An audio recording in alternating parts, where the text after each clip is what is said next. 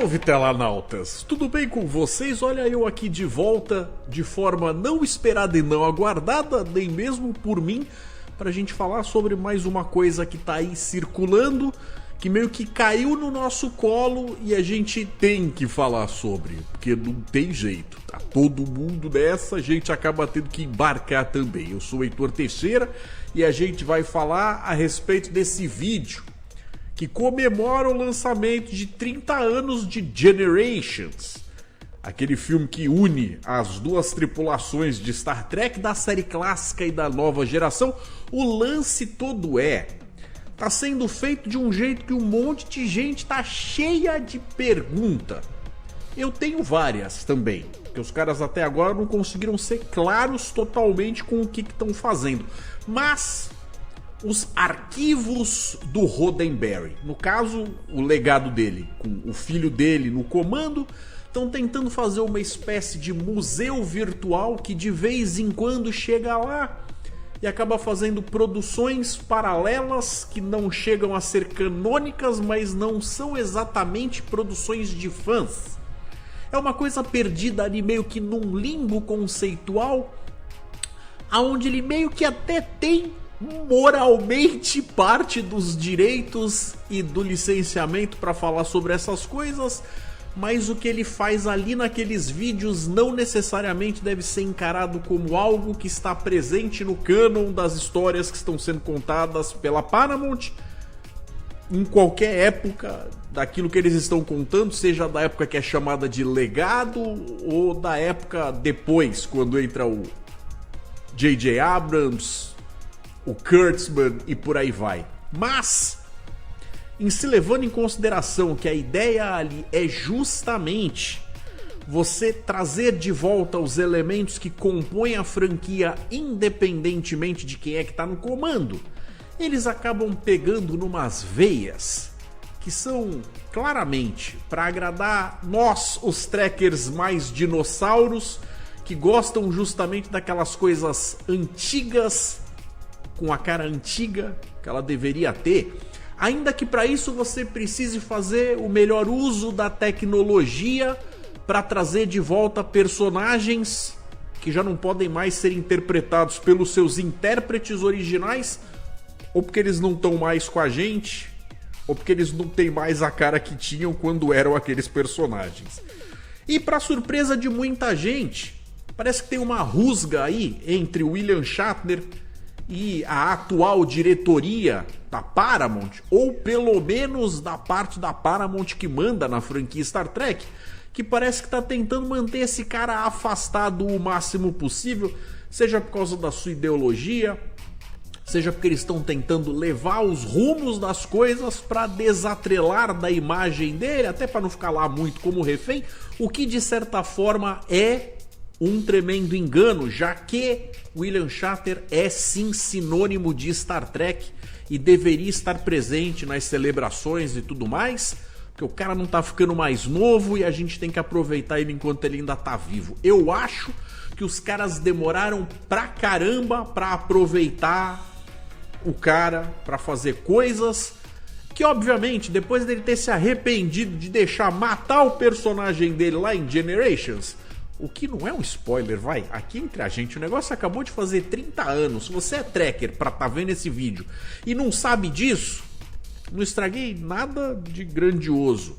Mas de qualquer forma, a gente tem aqui a oportunidade de ver eles fazendo mais uma tentativa de resgatar certas coisas que, se você me perguntar, tá, Heitor, beleza, o que foi exatamente isso aí que eu assisti? Eu vou ter que ser franco pra você que, pra mim, aquilo ali foi, de certa forma, uma grande poesia embalada em alguns easter eggs e alguns devaneios que são para agradar quem curte esse universo, com recursos que não eram disponíveis, não estavam disponíveis na época, por exemplo, em que o Generations foi feito. Então o que eu pretendo fazer aqui? Eu vou colocar o vídeo passando, já assisti, mas vou reagir gravando, e aí eu vou editar e cortar para falar as coisas que talvez para algum desavisado, que não seja assim tão tarado por Star Trek, pode ter deixado passar batido. E quero deixar claro que eu não tô aqui para necessariamente falar de forma oficial sobre nada. É talvez aquela visão de um fã que consumiu mais Star Trek do que outras tantas coisas na vida. E a minha cachorra acabou de bocejar. Mas a gente acaba fazendo o negócio assim. Eu vou comentando aquilo que o meu repertório permite. Se ajudar você aí de casa, muito bom. Se não, que pelo menos tenha sido divertido ter vindo comigo enquanto eu faço essa atividade extracurricular. Já vou pedindo inclusive aquele favorzão básico, deixa o like, por favor. Considera se inscrever, que de vez em quando tem essas pataquadas aqui no canal. Não é o que eu faço normalmente, mas de vez em quando tem isso aqui. Vou deixar o link para você assistir, caso ainda não tenha visto o que eu estou falando. Vai estar o link na descrição, fixado no primeiro comentário, aquele negócio todo, você vai lá assistir. Inclusive eu vou falar o seguinte, se não viu, pausa o vídeo. Não me abandona não, volta aqui para assistir o resto. Mas vai lá, assiste e vem ver do que eu tô falando, que aí a gente vai junto para depois saber quais são os comentários da galera, dos meus telanautas queridos. Valeu, galera. Considera se inscrever no canal que eu vou ficar muito feliz. Então basicamente eu vou soltar aqui para poder ir comentando. Vou deixar minha cabecinha aqui do Picture in Picture, vou abaixar até aqui para não cortar a tampinha da cabeça.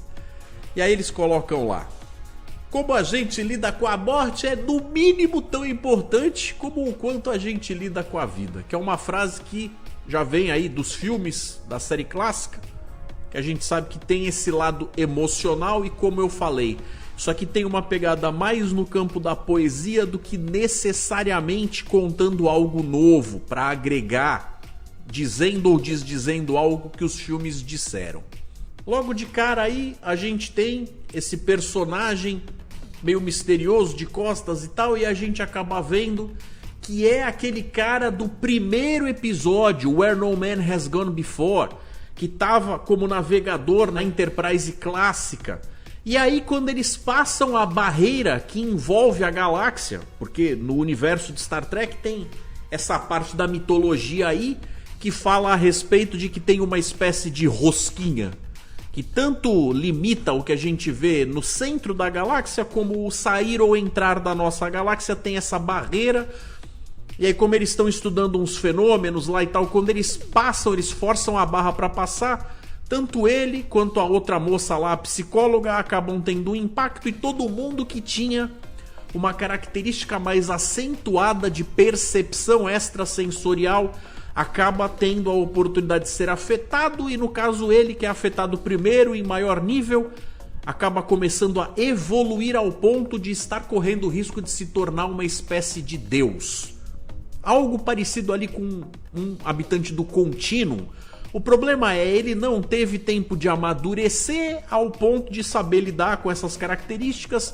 Então a arrogância e aquele negócio todo vai fazendo com que o poder suba para a cabeça e ele não sabe lidar. Aí o Kirk é obrigado a matar o cara antes que ele se torne um problema para todo mundo. Aí a gente tem um link com um vídeo que essa galera da Otoy e do arquivo do Roddenberry já lançaram, já tem 2 anos, que é quando eles justamente estão visitando os cenários de onde foram lançados os mísseis para explodir o Sol, a estrela de Veridian 3, que é o que desviaria o caminho do Nexus, para que tanto o Dr. Soran quanto o Picard, que está lá tentando impedir ele, entrem no Nexus, que é aquele lugar onde você basicamente não tem uma separação entre a realidade no seu tempo e espaço, e você basicamente vira só desejo, vontade e pensamentos, podendo ter múltiplas vidas lá dentro. E aí eles meio que vão, e o Picard, para conseguir ajuda para lidar com o Soran fora do Nexus, acaba recrutando alguém que ainda tá lá dentro, que tinha sido dado morto na época em que eles estavam lançando a Enterprise B. E aí, no dia da inauguração, acontece um chamado onde os El-Aurianos, que é aquela patotinha da Guinan, estavam sofrendo com as suas naves, justamente tendo problemas com esse fenômeno aí, o Nexus. E aí a gente descobre por ela, que a gente vai conhecer na época da nova geração, que ter estado lá dentro é uma das coisas mais complicadas da vida, porque é uma das sensações de mais alegria, mais felicidade que uma pessoa pode ter, seus desejos sendo meio que materializados de um jeito que nem o holodeck consegue fazer. Mas o fato de ser arrancado de lá de dentro é como se tivessem arrancado a parte mais essencial de você, e você passa por uma abstinência. Então o Soran tá passando por isso, ele quer voltar, encontrar com a família dele, ser feliz lá, e ele tá disposto a colocar bilhões de vidas em risco só para poder voltar para esse paraíso. E aí ele acaba fazendo essas coisas, só que como ele vai matar todo mundo no planetinha, o Picard acaba tendo que pedir pro Kirk, que também foi engolido pelo Nexus e todo mundo achou que estava morto, para sair de lá e ajudar ele lá fora. Então é aqui, nesse lugar, que a gente vê que ele morreu. E aí, nesse vídeo de 2 anos atrás, eles fazem o Spock ir visitar o amigo. Tanto que no final daquele vídeo a gente até vê ele lá perto do túmulo, que tinha sido feito de pedras e tal. E aí dessa vez eles resolveram seguir por um caminho que é quase como se fosse o retorno disso aí. Se um fez pelo outro, o outro faz pelo um.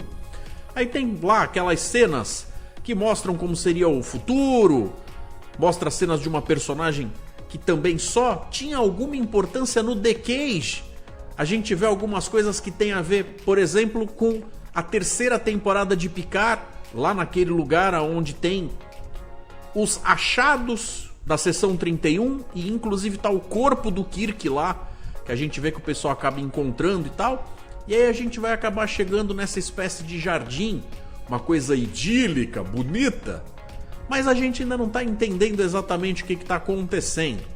Mas a gente vai embarcando ali pra tentar se aclimatar com o que a história quer contar pra gente, até que a gente começa a ver justamente esse sujeito aí, andando, caminhando, que por estar com este uniforme especificamente, a gente acaba imediatamente associando com o Kirk de lá, do Generations.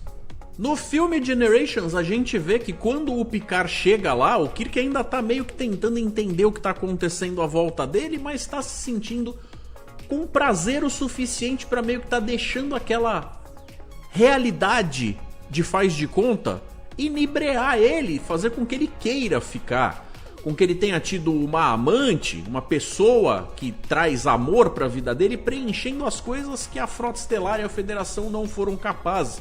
Como se ele tivesse feito a parte dele pela galáxia, pelo universo vezes o suficiente, e agora merecesse ser feliz.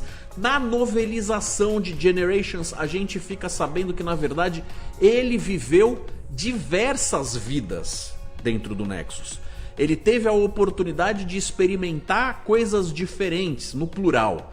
Então quando a gente vê isso aqui, a gente vê que isso talvez fosse mais um devaneio dele, aproveitando ali a admiração de pessoas que podem curtir as coisas que ele fez como um herói e tudo mais. Mas mais importante, o porquê que esse vídeo tá dando tanto o que falar para tanta gente, é porque ele traz uma recriação, ainda que um pouco borrachuda, da cara do William Shatner mais novo, mas ainda assim o personagem clássico que não necessariamente foi interpretado por outro ator, e ponto final. Não colocaram o Chris Pine, não colocaram outro cara no lugar para fazer, colocaram outro ator para fazer o corpo dele aqui e a gente já fala sobre ele. Mas de qualquer forma, você tá vendo basicamente o William Shatner rejuvenescido aí, olhando para essa galera, inclusive com um maluco aqui com um uniforme que seria da época da nova geração, lá dos filmes finais da nova geração, ali perto de Nêmesis. E aí, meus amiguinhos, a gente acaba dando de cara com ela, a Savick, a Robin Curtis, que é a atriz que acabaram colocando no lugar da atriz que veio antes para fazer essa personagem. Não reescalaram a atriz, não trouxeram de volta a personagem com a mesma intérprete do segundo filme, e ela acabou ficando. O grande lance é, naquele filme em que a gente vai buscar o Spock, que tinha sido dado como morto no segundo filme, a gente sabe que o catra dele ficou na cabeça do McCoy e o corpo dele tinha sido colocado dentro de um torpedo para ser jogado lá como se fosse uma espécie de caixão. Só que aquele planeta que foi criado artificialmente pelo efeito Gênesis, que tem essa característica de trazer vida de onde não há vida acaba regenerando o corpo, e essa é a desculpa para eles trazerem o personagem de volta. O ponto é, quando a Grissom chega lá para pesquisar o que está acontecendo com aquele planeta, justamente é essa personagem, como uma oficial de ciências, que desce com o David, filho do Kirk, para ir pesquisar o que está acontecendo, e eles encontram um jovenzinho vulcano, que fica muito claro que a gente está falando ali de uma versão jovem do corpo do Spock, que está desmiolado porque a mente ficou em outro lugar. O lance todo, meus amigos, é que vulcanos a cada 7 anos passam por uma situação chamada Ponfar, que basicamente seria aquele cio forte que faz com que a pessoa não consiga lidar muito bem com a realidade à sua volta, porque vem aquela coisa instintiva, aquela raiva, aquela selvageria. E aí, para ela conseguir ajudar ele, quando aquele corpo estaria numa versão ali de pós-adolescente para jovem adulto, eles fazem aquela cena dos dedinhos, começa a esfregar o dedinho de um no dedinho do outro. E para quem tem uma noção, aquilo ali meio que representa uma certa intimidade, e eles não seguem mostrando isso de forma escancarada no filme. Mas a gente sabe que basicamente o que ela faz para aliviar o Spock é aliviar o Spock. Sendo que no próximo filme, a gente também fica sabendo que quando eles estão voltando com aquela ave de rapina, a nave Klingon que eles capturam, porque eles destruíram a Enterprise, um dos maiores crimes da franquia, para poder ir para a Terra e encarar o que tem para acontecer lá, inclusive o julgamento do próprio Kirk. Naquela cena em que ela dá tchau, no roteiro oficial do filme, a gente sabe que ela tá grávida, por causa dessa cena, basicamente, do terceiro filme. Mas eles não investiram em falar mais nada, e meio que fizeram como se não tivesse acontecido nada. Só que aqui, eles estão fazendo algo que acaba remetendo para coisas que já foram tratadas em livros, por exemplo, onde a gente vê o Kirk chegando com aquela cara de "e aí, é mesmo?" E o próprio vulcaninho que tá aqui atrás responde com a cara de é isso mesmo. Então, eles não batem o martelo, mas com a leitura que eu consigo fazer a respeito disso aqui, esse é o filho do Spock. Lembrando que, em se tratando de estar dentro do Nexus, se for esse de fato o caso, isso tudo não necessariamente precisa ter acontecido de verdade, seria só uma possibilidade se materializando ali. E aí aparece esse doidinho aí, esse Betelgeusiano com roupa da nova geração. Vocês têm noção do que isso daí representa? Bom, para quem assistiu Discovery e viu que as 2 primeiras temporadas se passam ali na época da série clássica, uns 10 anos mais ou menos antes das histórias do Kirk, Spock e McCoy que a gente via na série da década de 60, a gente sabe que as 2 primeiras temporadas se passam por lá antes deles fazerem um salto para aproximadamente 900 e tantos anos para o futuro. E eles acabam inclusive levando a Imperatriz Georgiou, que é a personagem da Michelle Yeoh, que vai ser a personagem principal do filme que tá para sair da Seção 31. O lance todo é, ela não apenas viajou com eles para o futuro, quase 1000 anos, mas ela, além disso, ainda é de uma outra realidade. E aí eles encontram o tal do Kovich, e aí sim vou deixar essa coisinha aqui em volta da tela, porque é um spoiler do final de Discovery. Se você ainda não viu Discovery, espera eu tirar esse negocinho vermelho, depois você volta a colocar o áudio. Eles basicamente explicam que o Kovich era o agente Daniels lá de Enterprise. Pode tirar, pode voltar a ouvir o tio Heitor. Então assim, o que ele comenta é que com a única pessoa que eles encontraram que tinha atravessado não apenas o tempo, mas também essa barreira de universos, que não dava muito certo e que era um dos motivos pelos quais aquela personagem estava ficando doente como ela estava.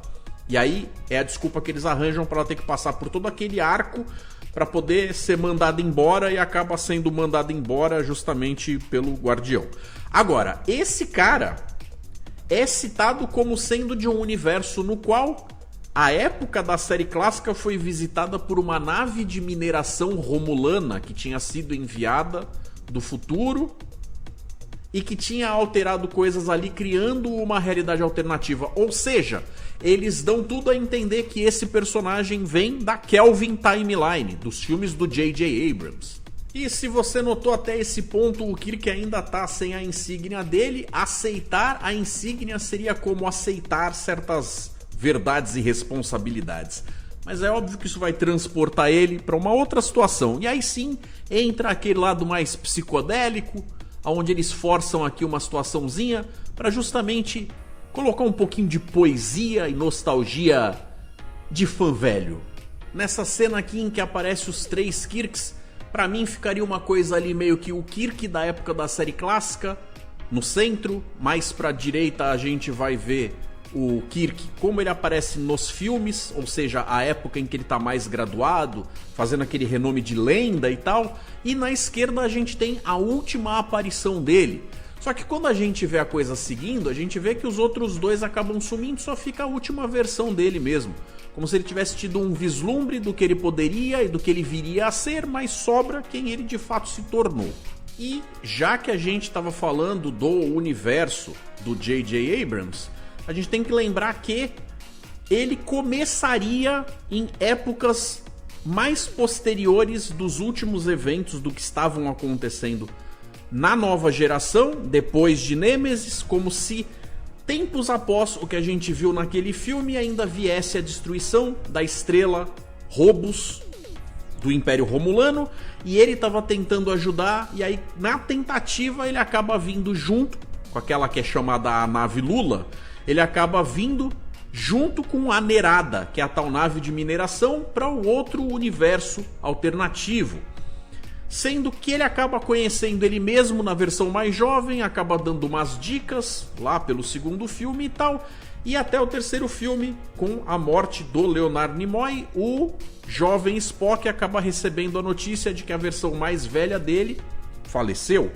Então nessas de ter um personagem legado dentro de uma linha alternativa morrendo, aqui seria a desculpa perfeita para o Kirk poder visitar o amigo meio que ali no seu leito de morte. Realmente as expressões ainda estão deixando um pouco a desejar, mas o lado emocional pega muito a gente.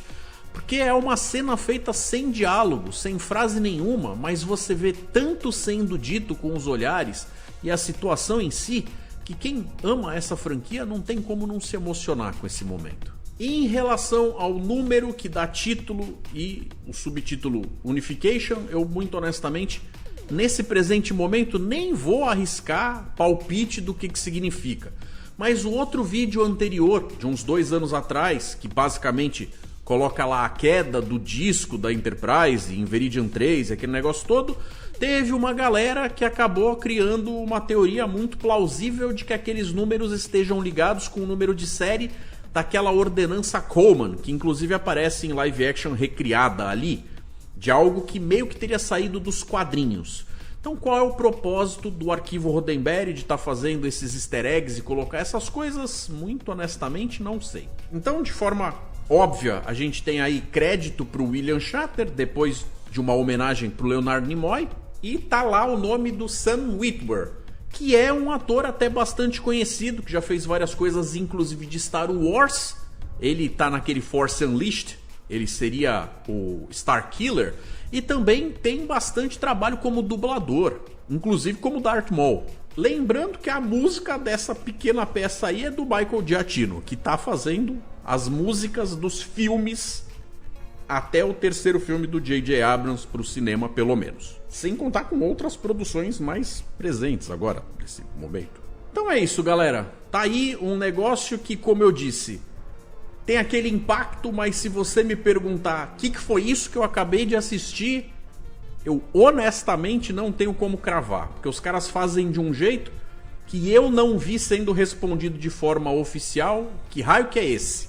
Então, pra mim, na dúvida, fica aí meio com cara de poesia, de afago no fã, de algo que não é nem cá nem lá, mas é fofinho de assistir, e aí os marmanjos que nem eu fica todo... Então é isso, galera. Eu não sei o que vocês acharam, se vocês sabiam que isso daí tava rolando, mas tá nesse momento na boca da comunidade do Fandom Tracker Para todo lado que você olha, tem alguém colocando isso daí disponível.